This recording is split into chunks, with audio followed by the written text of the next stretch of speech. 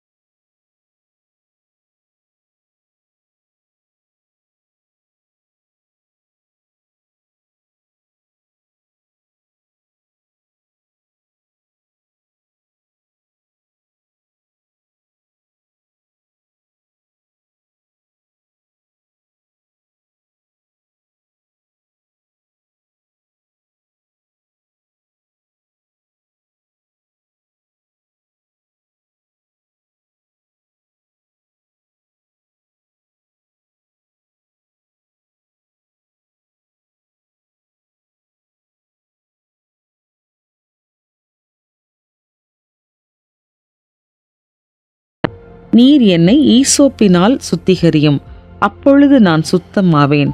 என்னை கழுவியருளும், அப்பொழுது நான் உறைந்த மழையிலும் வெண்மையாவேன் என்கிறார். உங்களிடம் பாவம் மற்றும் குற்ற உணர்வு இருக்கிறதா? இயேசுவிடம் உங்கள் வழியை செவ்வைப்படுத்தி இவ்வசனத்தை நினைவில் வையுங்கள். நம்முடைய பாவங்களை நாம் அறிக்கையிட்டால் பாவங்களை நமக்கு மன்னித்து எல்லா அநியாயத்தையும் நீக்கி நம்மை சுத்திகரிப்பதற்கு அவர் உண்மையும் நீதியும் உள்ளவராய் இருக்கிறார். என்னை கழுவியருளும் என்று நீங்கள் தேவனிடம் கூக்குரலிடுவதன் அர்த்தம் என்ன? இப்போது இயேசுவின் மூலம் அவருடைய இலவச மன்னிப்பையும் சுத்திகரிப்பையும் பெறுவதிலிருந்து உங்களை தடுப்பது எது? பரலோகத்தின் தேவனே, என் வாழ்க்கையில் நான் சரி செய்ய வேண்டிய ஒவ்வொரு கரையையும் நீர் காண்கிறீர்.